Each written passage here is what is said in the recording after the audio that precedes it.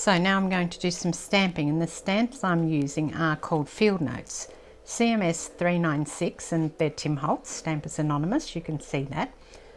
And I'm going to pick some of these larger sorts of things like this specimen one and just sort of put some around the place. Also maybe this one.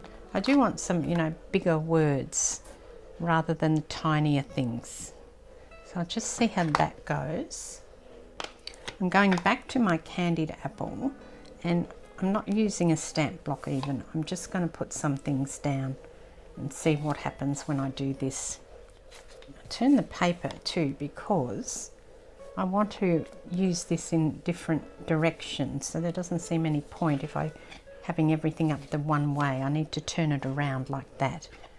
So that's the red, and then just wipe that off. And then I want to go back to these colours, and I'm going to go this here, which is cracked pistachio here. And I'm going to use this little stamp and see what happens when I use this. Just need to find a whitish sort of area that's not too overloaded already. Maybe here. Yeah, that's really subtle.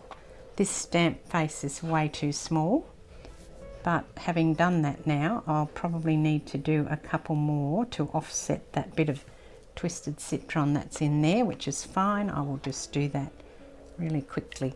It's too subtle, you can see that. Alright, so that's not going to work. I think it's the colour and the stamp, but it's created a tiny bit of colour in there, so I think that's fine. So I'll just go to something that's bigger and bolder. Maybe, I like these little label ones, maybe that would look all right. In terms of colour, I think I need to go to, what have I got? I think I need to go, maybe I'll get into the brown and I'll do that gathered twigs. Here it is here.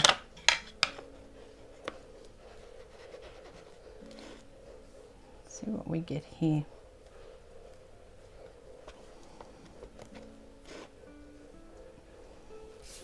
And I'll put one up here.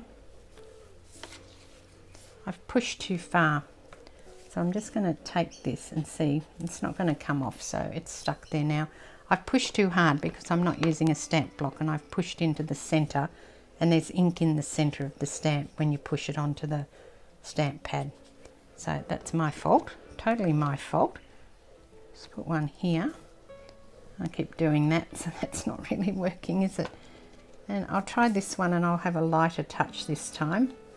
Okay, it's still not working. I'm still getting that blob. That's okay. I think that that's probably enough anyway. I think I do need to get some more brown on there actually, because that red, is it popping too much? It probably is popping a little too much. So I'm going to go back to a stencil on this one, and I'm just going to do a little bit more in that brown, maybe with my diamonds. Because that red kind of is overtaking things, I need to get some darkness on here.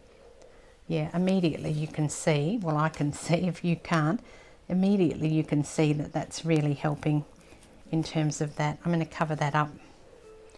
I'm going to cover this, where's that other one I did here? I'm going to cover this one up too. Yep, and I will continue here and just cover that one too. And I've got one here, so I'll cover this.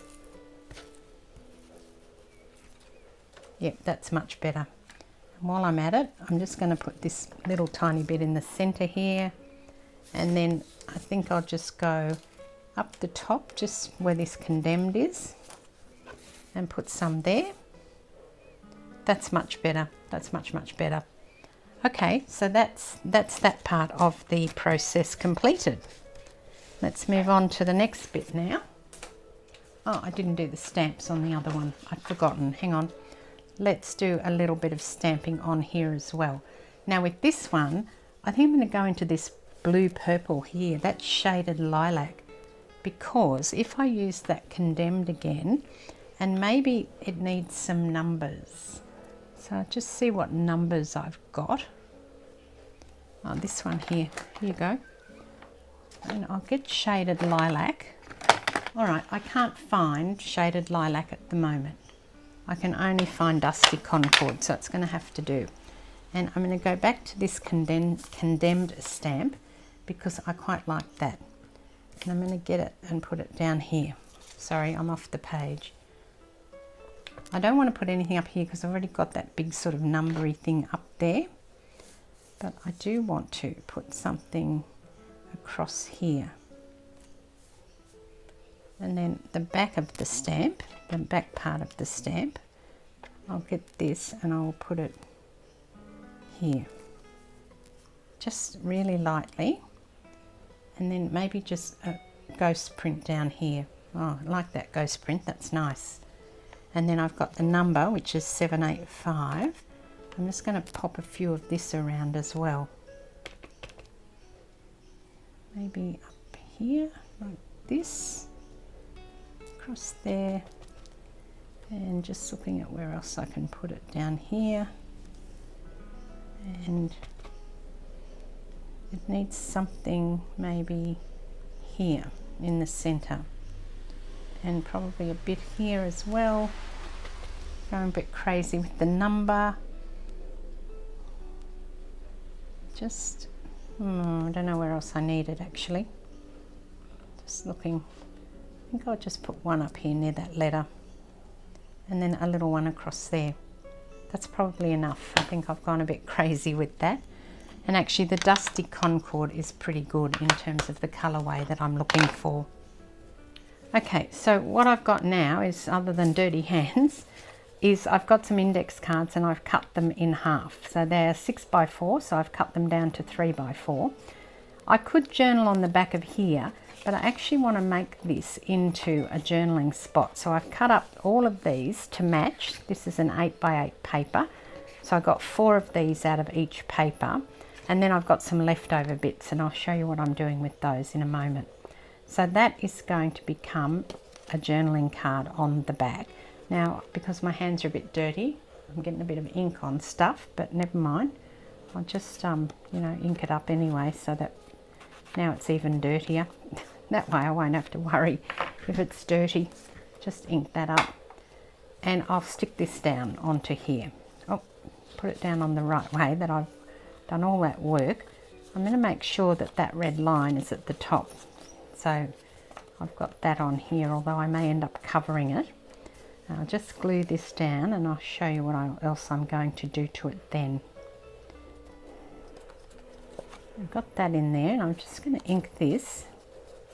I might switch to my ink, not my oxide, because the oxide is a little dark. It's all right on this one because it's lots of browns anyway. Oh, I stuck the other piece down that I'd already inked. Okay, I will switch. Just go to ink, which is a bit lighter because it's more translucent. You can see the difference now in that ink, that I've moved it to a more translucent. Well, I've gone to the distress ink, not the oxide. Completely different look when you do that.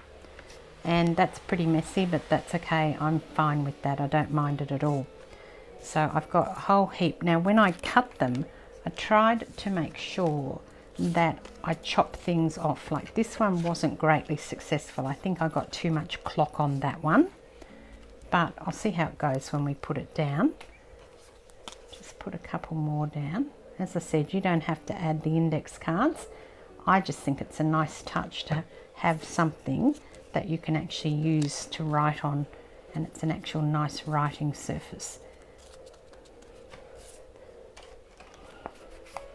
And when I'm inking these edges, I'm inking the front and I'm also flipping it and inking the back. And I know it's messy, but that's the kind of look I like. I like the fact that it looks like it's been, you know, hanging around somewhere, being scribbled on, being, you know, whatever. I just like that vintagey sort of look. So for me, this works. If you don't like that, then you don't have to do it. But for me, I like the way that that looks. Now, I could use them as they are. They'd be fine. I like them. I like how they've turned out. I hope you do too. But I've got bits left over. So I cut this. I didn't mean to cut it you know, like that. I meant to keep it in a full strip like this, but it didn't work out that way, so we have to move on. And what I want to do now is I'm going to create a tag topper with my envelope punch board. So just simply a tag shape.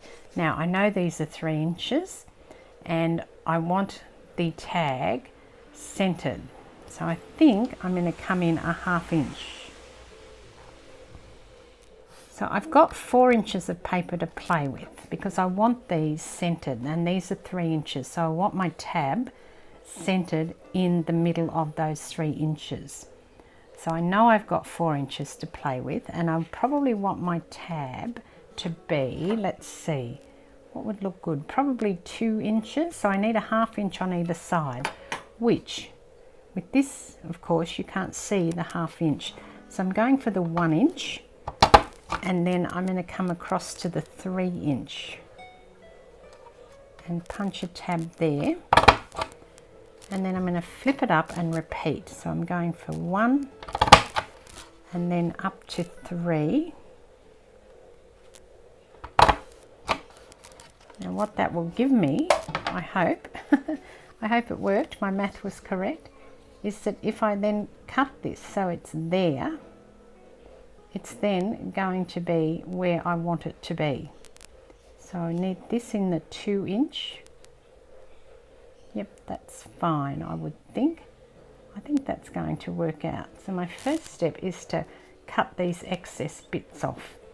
And because I'm doing a double one, I probably need to cut this in half first. Okay, so let's take the cutter and trim it at the 4 inches because I know that that would be correct. Now I don't have 4 inches on here, but it's roughly at that point there. So you can see now that this is going to sit just there when I cut those 2 things off. So I've got a tab top and it'll be like that on the back. Now if I want to, I can turn it over and have the pattern on the back and have the stars here at the top. Not sure, which do you think would look best? I like that on the back, but I think I'm going to go with the stars on the back like that. Yep, and the other thing this is going to do, it's going to cover up that red line because I don't like that red line. And I thought if I put this on here 1 inch wide, it should cover it up, and it did. I didn't measure it. That was just dumb luck. All right, so let's go and finish these and chop them, and then we'll put some on.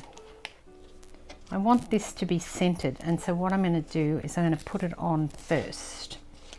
So I think I'm going to use this one, find the top part where I want it, so this will be like that, and then put it on. And that way I can, because I'm using the wet glue, I can roll that around to get it where I want it, like that. And I can also use that on the back. Okay, so I've stuck all of those on, and now I'm just going to use the piece to cut through like that. And also, no, I'll have to do it on this side and also here. So just trim this up, and that should give me what I want, which is a tab on the top. It might not be perfectly aligned in the center, but I think it's pretty good. I think that they are actually starting to look nice. What do you think? Let me know, and also let me know if you try it. Don't forget to share it with me if you do try it. You can tag me on Instagram at String and Scissors. You can also put it onto my Facebook group, String Along, and share it with me there and the other people who are on there. And I'd like to see what you do with this technique, whether you think that altering the Tim Holtz papers is a good idea. Now I did try and find some of the same paper, but I couldn't find it. I only had a quick look. I'm sure I've got some somewhere, but I just couldn't quite find it on the spur of the moment, so I can't show you what they looked like before. I think it's been a pretty radical change though. It's nice to actually make something your own and not just do the bog standard thing that everyone else seems to have. And of course you can use whatever stencils you've got. You could even just draw on them yourself if you wanted to. Just consider them a substrate rather than a finished product. I think that's the way to look at the papers in a different way if you think about them like that. That this is just a substrate to work on. And then from there you can make something that's your own. So there you go. Let's line them up and see if we're happy with them.